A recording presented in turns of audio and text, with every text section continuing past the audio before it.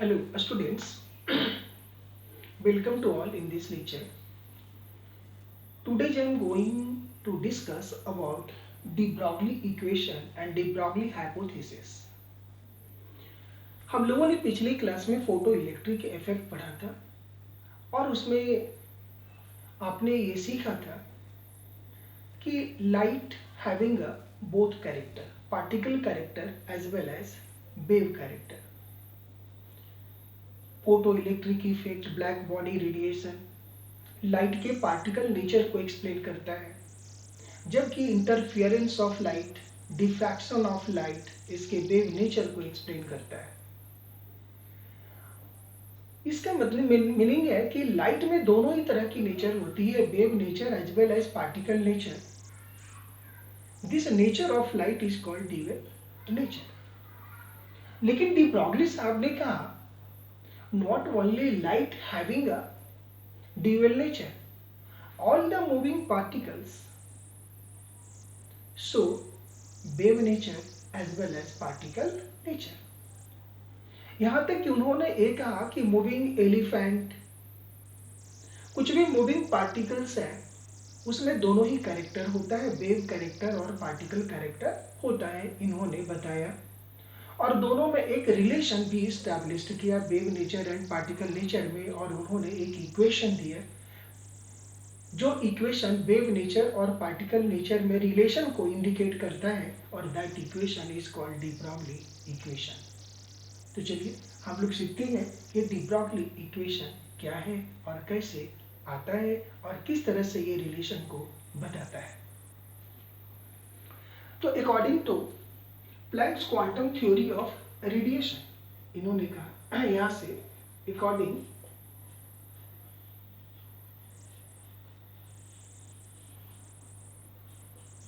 To Planck quantum theory of radiation,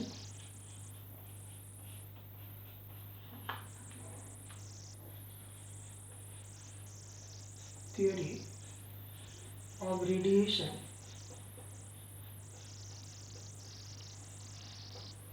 E equal to h nu, where nu is the frequency, since nu equal to c upon lambda. This one is equation number 1. Now substitute the value of nu in this equation, then E equal to hc upon lambda. This one is equation number 2.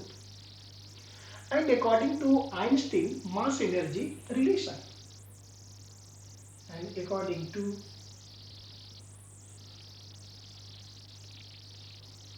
mass energy relation,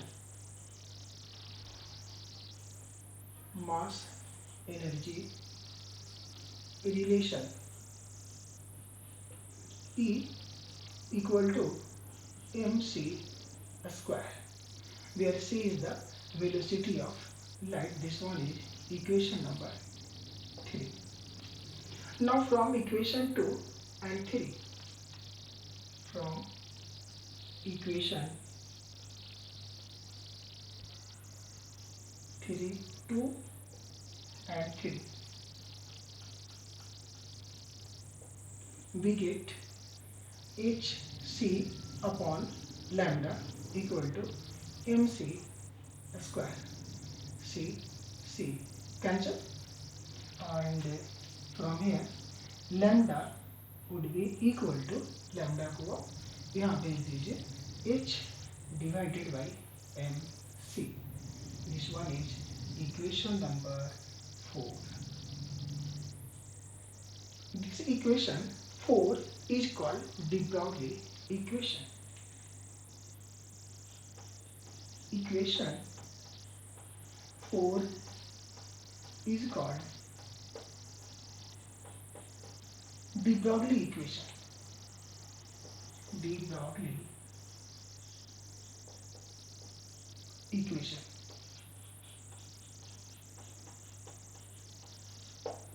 In this equation, lambda is wavelength, where lambda equal to wavelength that indicates the wave character. mc is momentum that stands particle nature, and from this equation 4 it has been clear that wave nature is inversely proportional to the particle nature. If in any one moving particle, it indicates in any moving particle wave nature and particle nature both type of nature is present. दोनों type के nature present होते हैं किसी moving particle में, लेकिन और इन्होंने बताया कि wave nature is inversely proportional to particle nature. अब किसी मूविंग कोई मूविंग थिंग्स है, उसमें वेव कैरेक्टर भी है, पार्टिकल कैरेक्टर भी है।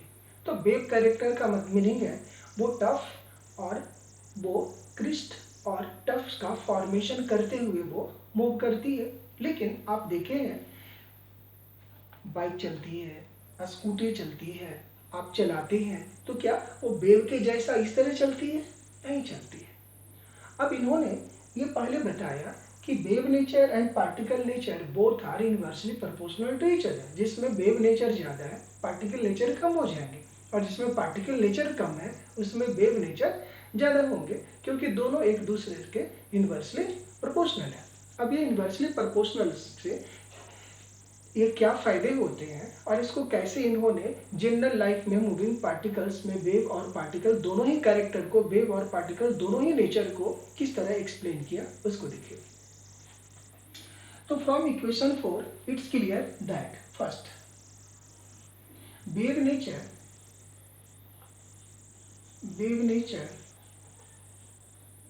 is inversely proportional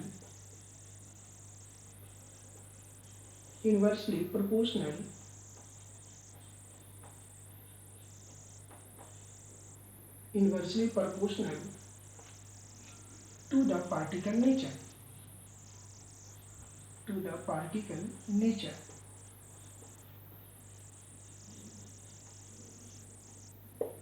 इन्होंने दिखाया कि कोई एक वेव है जो इस डायरेक्शन में चल रही है। अभी इसका लैम्डा का वैल्यू काफ़ी ज़्यादा है, यहाँ देख रहे हैं, और इसमें क्या होता है, अभी ये लाइटेस्ट पार्टिकल्स है, मास इसका कम है तो ये बहुत ज़्यादा है, और धीरे धीरे इसका मास बढ़ाते चले जाते हैं, तो बढ़ाते जाते हैं तो धीरे धीरे धीरे धीरे इसका वेव कैरेक्टर घटता चला जाता है, और एक टाइम्स आता है जिसमें कि इस तरह से ये मूव करते जाता है, धीरे धीरे घटते घटते स्ट्रेट लाइन के जैसा दिखाई देता है। यानी ये लैम्डा और पार्टिकल नेचर दोनों में रिलेशन को बता रहा है। यहाँ से देखिए m का वैल्यू कम था तो mc कम होंगे, लैम्डा ज़्यादा होंगे, यहाँ दिखाई दे रहे हैं, और यहाँ से जैसे जैसे आप m की वैल्यू बढ़ा रहे हैं वैसे वैसे finally it travel in a straight line. It looks like that particles now travel in a straight line. लेकिन इसमें वेव कैरेक्टर भी है, लेकिन वो इतना स्मॉल है that cannot be determinable. We cannot determine. This cannot see without microscope. लेकिन ऐसा नहीं कि इसमें वेव कैरेक्टर होता नहीं है, वेव कैरेक्टर भी होता है, लेकिन मास ज़्यादा होने के कारण उनका पार्टिकल नेचर ज़्यादा हो जाता है। तो उन्होंने ऐसा कहा। अब देखिए इन्होंने एक्सप्लेन किया कि जब कुछ मूविंग एलिफेंट होते हैं उसमें भी वेव और पार्टिकल कैरेक्टर होते हैं, लेकिन टफ और क्रिस्ट का फॉर्मेशन नहीं करता। वो इसलिए नहीं करता कि वो मासिव ऑब्जेक्ट्स है। तो इन्होंने कहा कि for moving massive objects if the mass of the moving particles be larger then the wave character is very very less. It cannot be determinable. We cannot find it easily. तो इन्होंने ऐसा कहा कि वेव नेचर और particle nature दोनों ही एक दूसरे के इनवर्सली प्रोपोर्शनल होते हैं, और इन्होंने इस तरह से इसको दिखाया, दोनों में रिलेशन को बताया। नेक्स्ट सेकंड पॉइंट में इसने कहा for massive object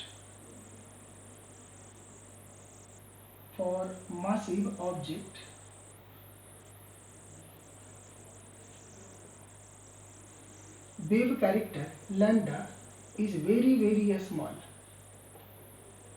very small. Third point में कहा for lightest particles, for lightest particles like electrons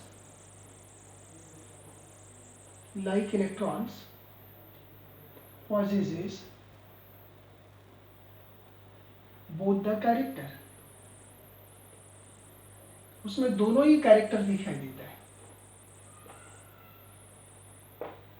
अब इसके अकॉर्डिंग हम लोगों ने ये इससे जब इसकी एक जानकारी मिली कि जो इलेक्ट्रॉन्स होता है वो लाइटेस्ट पार्टिकल्स होता है, मासिव है नहीं, तो उसमें दोनों ही कैरेक्टर दिखाई देता है।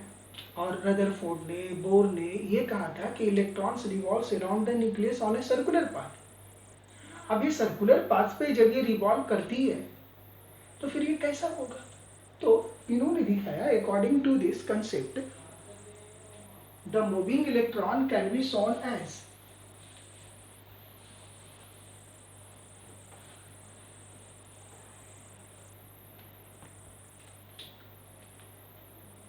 ये न्यूक्लियस हो गया, यहाँ मान लेते ये सर्कुलर पाथ्स है। अब ये इलेक्ट्रॉन्स ऐसे यहाँ मूव करने लगे ऐसे। अब देखिए ये सर्कुलर पाथ पे भी मूव कर रहा है और ये टफ और क्रिस्ट का फॉर्मेशन करते हुए भी मूव कर रहा।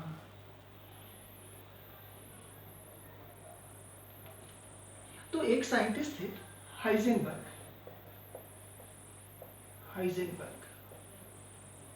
इन्होंने एक अनसर्टेनिटी प्रिंसिपल दिया, that is called Heisenberg uncertainty principle.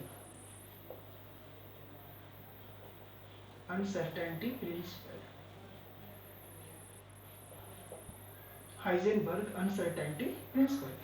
According to this theory, it is impossible to determine, according to this, it is impossible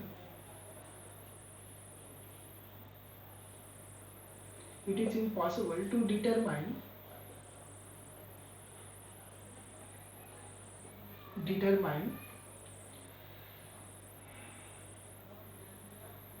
position as well as momentum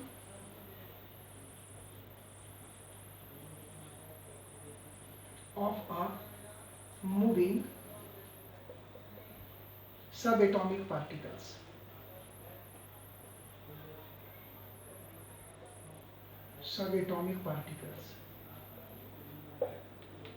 And he stated that if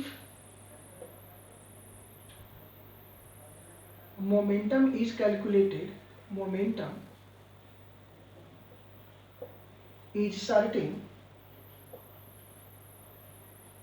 then position becomes uncertain.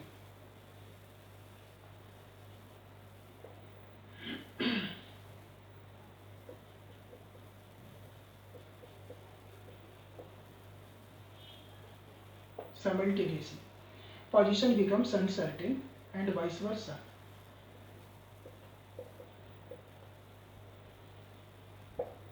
और यदि आप position को certainly निकालते हैं तो उसके जो momentum होंगे वो अनसर्टेन हो जाएंगे। मान लेते हैं if uncertainty in position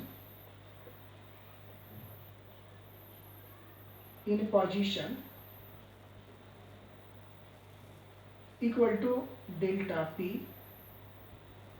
and delta x, and uncertainty in momentum be delta p. Therefore, according to this concept, delta x into delta p greater than equal h upon 4 pi.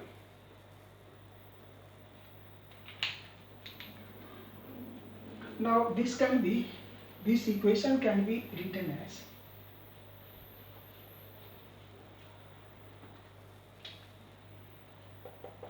delta x into delta p equal to h upon 4 pi, where delta x is uncertainty in position and delta p is uncertainty in momentum. Since delta p equal to m delta v, where delta v is uncertainty in velocity, uncertainty in velocity, uncertainty in velocity.